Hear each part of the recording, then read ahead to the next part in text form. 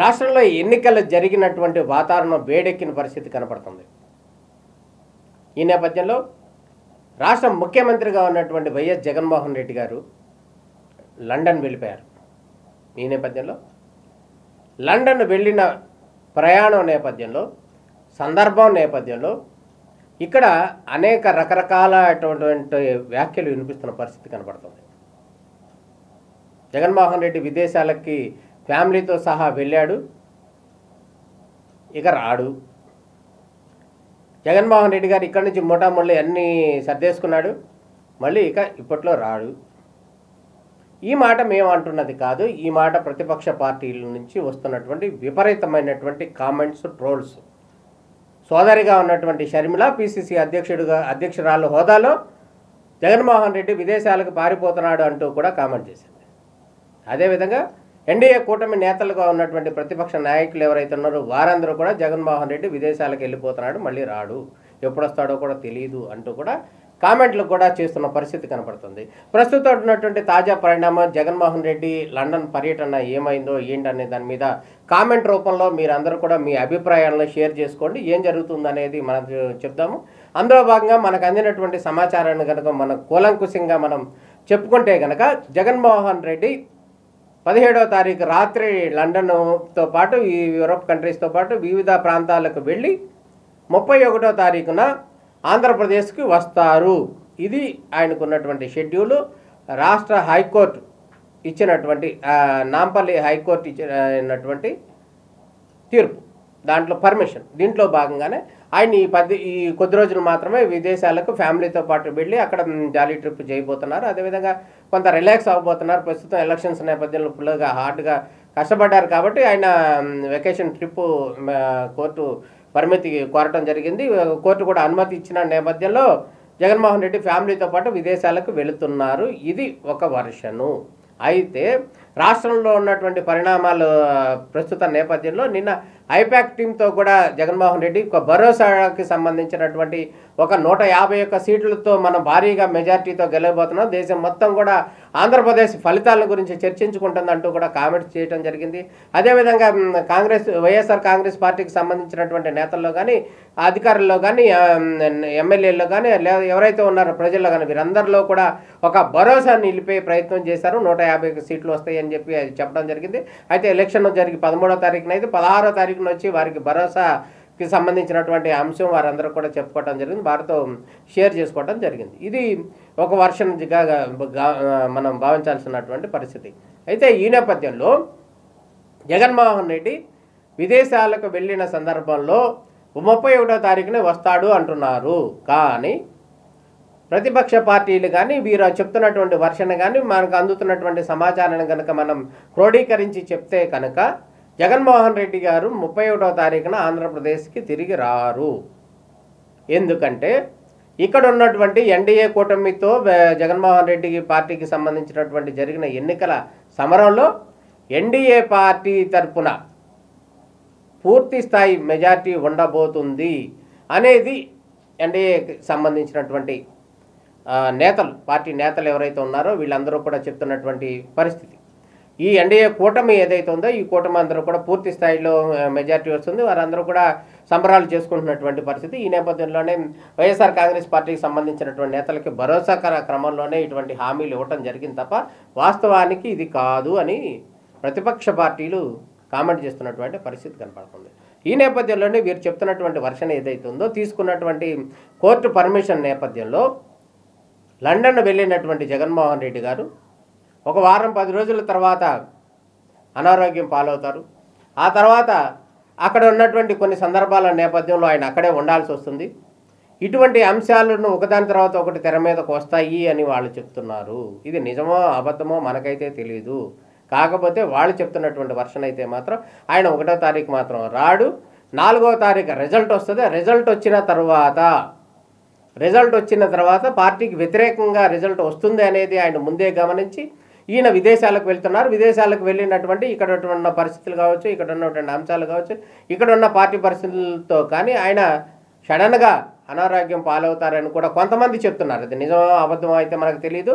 ముఖ్యమంత్రి లాంటి స్థాయి నాయకుడు విదేశాలకు వెళ్తున్న సందర్భంలో ఇటువంటి ట్రోల్స్ కానీ ఇటువంటి అంశాలు కానీ జరగటం అనేది సరైన పద్ధతి కాదు. కాకపోతే అయితే వాళ్ళు చెప్తున్నటువంటి వర్షన్ అయితే మాత్రం 31వ తారీఖు మాత్రం వస్తామని చెప్పి వైసీపీ పార్టీ నేతలు కానీ వైసీపీ నాయకులందరూ కూడా చెప్తున్నారు. 9వ తారీఖున కూడా ప్రమాణ స్వీకారం ఉంటుందని కూడా బొత్స సత్యనారాయణ లాంటి నాయకులు కూడా అనౌన్స్మెంట్ చేసిన సందర్భం కావచ్చు. ఇది ఒక వర్షన్ అయితే కనుక ఇటు విపక్ష పార్టీల నుంచి కనుక గమనించినట్టయితే జగన్మోహన్ రెడ్డి 1వ తారీఖున రాడు, 4వ తారీఖు కౌంట్ అయ్యే వరకు కౌంట్ అయిన తర్వాత రిజల్ట్ వచ్చిన తర్వాత పరిస్థితులు అనుకూలంగా ఉన్నప్పుడు మాత్రమే ఆయన మళ్ళీ తిరిగి ఆంధ్రాకు వస్తాడు, అప్పటి వరకు రాడు అనేది వాళ్ళు చెప్తున్నటువంటి వర్షను. ఇది ఇంతకీ ఏం జరుగుద్ది, ఎట్లా జరుగుతుంది అనేది అయితే మనం ఎవరు ఊహించలేం. కానీ కాకపోతే కనుక ఎన్నికల స్టంట్ కనుక ఫలితాలు వ్యతిరేకంగా ఉంటే కనుక జగన్మోహన్ రెడ్డి యొక్క వైఖరి వ్యతిరేకంగా ఉంటుంది. ఒకవేళ అనుకూలంగా ఫలితాలు కనుక వస్తే కనుక జగన్మోహన్ రెడ్డి తీసుకునేటువంటి నిర్ణయాలు వేరే రకంగా ఉంటాయి. ప్రస్తుతం ఈ నేపథ్యంలోనే ఈ రాష్ట్రంలో కనుక పరిస్థితులు కనుక గమనించినట్టయితే ఎలక్షన్కి సంబంధించిన జరిగిన తర్వాత జరుగుతున్నటువంటి శాంతి భద్రతల అంశాలు కావచ్చు, నరసరావుపేట కావచ్చు, తిరుపతి కావచ్చు, విశాఖపట్నం కావచ్చు, ఇక్కడ అన్నిటిలో జరిగినటువంటి అల్లర్ల కారణాలు ఏంటి అనేది ఎవరికి మనకి తెలియదు. కాకపోతే రాష్ట్రంలో ఉన్నటువంటి డీజీపీ కానీ సిఎస్ కానీ ఈ రాష్ట్ర ముఖ్యమంత్రి కానీ అక్కడ జరుగుతున్నటువంటి అల్లర్ల మీద కానీ అంశాల మీద కానీ ఇటువంటి సమీక్షలు సమావేశాలు జరపలేదు. ఆ దాడులు కానీ ఆ అల్లర్లు కానీ ఖండించలేదు. అధికార పార్టీ నుంచి ఎటువంటి ఖండన లేదు ఆ అల్లర్లకు సంబంధించి. కానీ ఈసీ ఇదే అంశానికి సంబంధించి సెంట్రల్ ఢిల్లీ నుంచి కూడా పిలిచి రాష్ట్ర డీజీపీ అదేవిధంగా సిఎస్ను కూడా పిలిచి ఈ అంశం ఈ అల్లర్లు ఎందుకు జరిగాయి, ఏ విధంగా జరిగాయి, దీని వెనకాల ఎవరున్నారు, ఎవరు చేపిస్తున్నారంటూ కూడా స్పెషల్ సెట్ కూడా వేయటం జరిగింది. ఈ సిట్టు వేసిన తర్వాత సిట్టు కూడా విచారణ జరుపుతున్న పరిస్థితి కనపడుతుంది. ఈ అల్లర్ల నేపథ్యంలో కూడా దాదాపు 6 మంది ఆఫీసర్లు ఎవరైతే ఉన్నారో వాళ్ళందరినీ కూడా సస్పెండ్ చేయడం జరిగింది. మరో 6 అధికారుల మీద డిపార్ట్మెంటల్ ఎంక్వైరీ కూడా వేయడం జరిగింది. అంటే దాదాపు 12 మంది అధికారులు ఎవరైతే ఉన్నారో వాళ్ళందరి మీద కూడా ప్రత్యక్షంగా పరోక్షంగా కూడా ఈసీ చర్యలు తీసుకునే పరిస్థితి వచ్చింది. రాష్ట్ర ప్రభుత్వం అధికారంలో ఉండగా ఎవరైతే ప్రభుత్వం ఉంది, ఇంకా అప్పుడే ప్రభుత్వం ఎటు పోలేదు, ప్రభుత్వం ఇంకా ఉంది.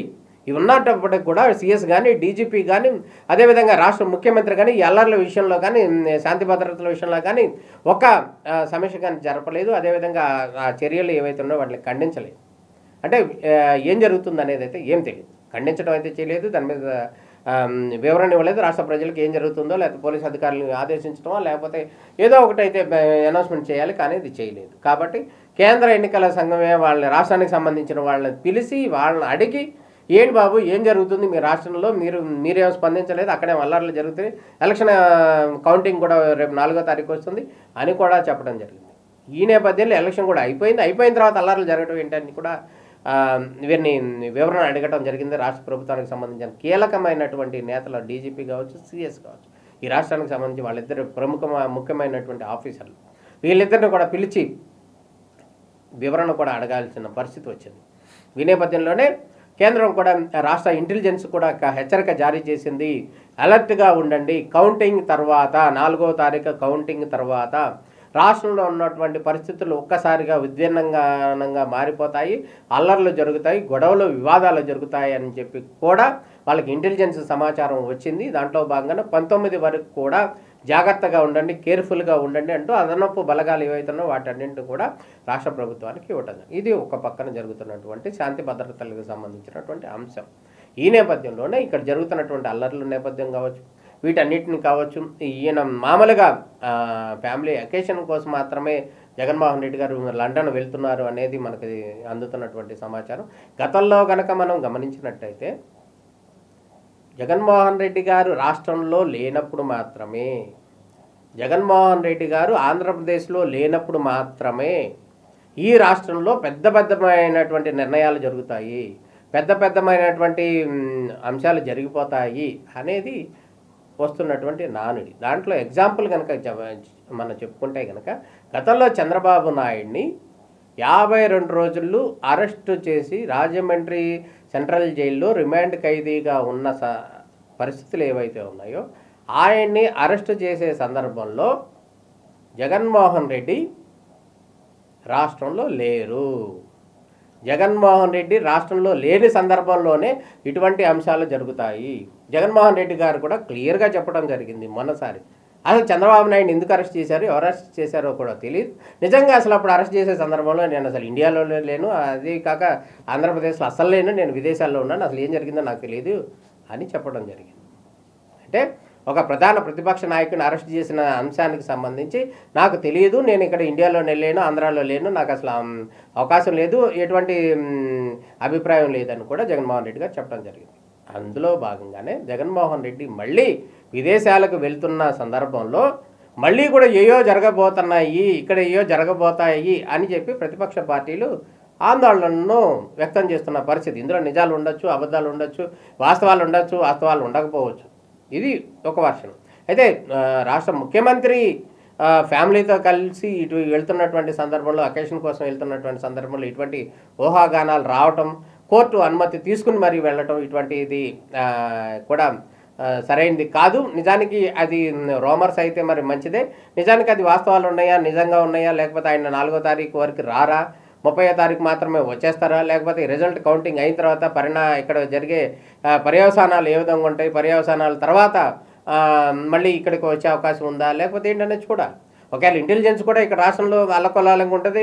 19 వరకు కూడా పరిస్థితులు అదుపులో ఉండవు, గొడవలు జరుగుతాయి, వివాదాలు జరుగుతాయి, కొట్లాటలు జరుగుతాయి, విధ్వంసాలు జరుగుతాయని కూడా కేంద్రం నిఘా వర్గాలు కూడా వెల్లడించిన పరిస్థితి నేపథ్యంలో సిట్టు కూడా వేసింది. అదేవిధంగా అదనపు బలగాలు ఏవైతే ఉన్నాయో ఎలక్షన్ జరిగిన తర్వాత కూడా అదనపు బలగాలను కూడా రాష్ట్రంలోనే ఇక్కడే ఉంచాలని చెప్పి అందుబాటులో ఉండాలి 19వ తారీఖు వరకు కూడా.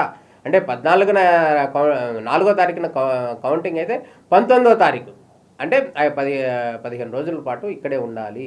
అంటే శాంతి భద్రతలను మనం అక్కడ అబ్జర్వ్ చేయాలి అని చెప్పి కూడా కేంద్రం కూడా నిఘా వ్యవస్థ కూడా ఇక్కడ చెప్పడం జరుగుతుంది. ఈ నేపథ్యంలోనే జగన్మోహన్ రెడ్డి గారు లండన్ వెళ్ళటం అనే అంశం ఏదైతే ఉందో ఇది కొంచెం సున్నితమైనటువంటి అంశము.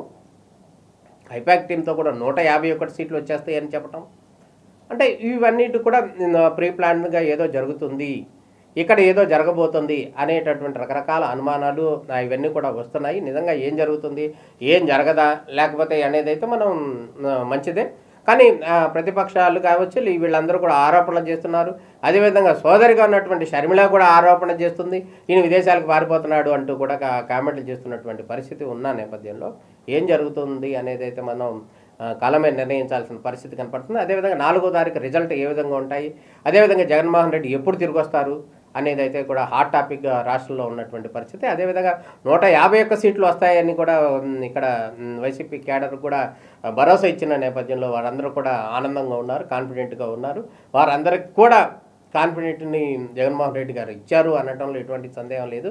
ఈ కాన్ఫిడెంట్ నిజంగా నిజమైన కాన్ఫిడెంటా, లేకపోతే ఉత్తితి కాన్ఫిడెంటా, లేకపోతే భరోసా కోసం ఇచ్చిందా, లేకపోతే కాన్ఫిడెంట్గానే ఇచ్చిందా, నిజంగానే ఇచ్చిందా అనేది మాత్రం అయితే మనం వేచి చూడాల్సిన పరిస్థితి.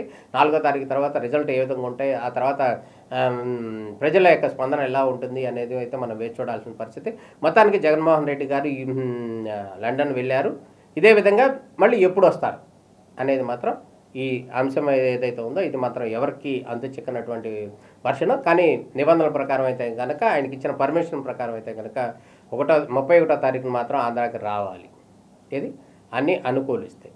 లేకపోతే తర్వాత ఇంకా మరి పోస్ట్పోన్ జరుగుతుందా, లేకపోతే ఇంకేమైనా జరుగుతుందా, కౌంటింగ్ అయ్యే వరకు ఉంటారా, లేకపోతే రిజల్ట్ని బట్టి ఇక్కడికి వస్తారా, లేకపోతే ఇంకా ఏం జరుగుతుంది అనే పరిణామాలు పర్యవసానాలు ఏ విధంగా జరుగుతాయి, ఎట్లా ముందుకెళ్తాయి అనేది అయితే తెలియదు. కానీ యాజ్ ప్రజెంట్ ఉన్నటువంటి షెడ్యూల్ ప్రకారం 17వ తారీఖున ఆంధ్రప్రదేశ్ నుంచి అబ్బాయి 31వ తారీఖున ఆంధ్రప్రదేశ్కి వస్తారు జగన్మోహన్ రెడ్డి గారు. ఇందులో ఎటువంటి సందేహం లేదని వైసీపీ పార్టీ చెప్తుంది. అయితే మరి ఏం జరుగుతుంది ఏంటనేది అయితే మనం వేచి చూడాల్సిన పరిస్థితి. అయితే ప్రస్తుతం ఉన్నటువంటి రాష్ట్రంలో ఉన్నటువంటి పరిణామాలు, పరిస్థితులు, ఎలక్షన్ కౌంటింగు, అదేవిధంగా శాంతి భద్రతకు సంబంధించిన అంశం మొత్తాన్ని మిగతా అన్ని అంశాలను క్రోడీకరించి జరుగుతున్నటువంటి వర్షన్ ఇది. దీని మీద మీరు యొక్క అభిప్రాయాలు, అదేవిధంగా కామెంట్స్ రూపంలో మీరు ఇక్కడ ఏం జరుగుతుంది, నిజంగా మీ అభిప్రాయం ఏంటి అనేది కూడా మాతో షేర్ చేసుకోండి. దాన్ని బట్టి మేము కూడా ఏం జరుగుతుంది అనే అభిప్రాయాలను, సూచనలు, సలహాలు కూడా మీ అభిప్రాయాలు కూడా మేము పరిగణలోకి తీసుకుని దానికి సంబంధించినటువంటి ఎనాలిసిస్ ఇవ్వడం జరుగుతుంది. ప్రస్తుతం ఎనాలిసిస్ మాత్రం ఎవరికి ఎటువంటి వారికి కూడా అనుకూలం కాదు, వ్యతిరేకం కాదు. కేవలం ఇక్కడ జరుగుతున్నటువంటి పరిణామాల క్రమంలో మాత్రమే ఒక జర్నలిస్ట్గా ఇక్కడ జరిగినటువంటి అంశాలను మాత్రం చెప్పడం జరుగుతుంది. నిజానికి త్వరలోనే జగన్మోహన్ రెడ్డి గారు మళ్ళీ ఆంధ్రప్రదేశ్ నుంచి బయలుదేరి వెళ్ళినటువంటి లండన్ వెళ్ళినటువంటి ముఖ్యమంత్రి గారు మళ్ళీ త్వరలోనే ఇండియాకు వస్తారు. వెల్కమ్. నమస్కారం.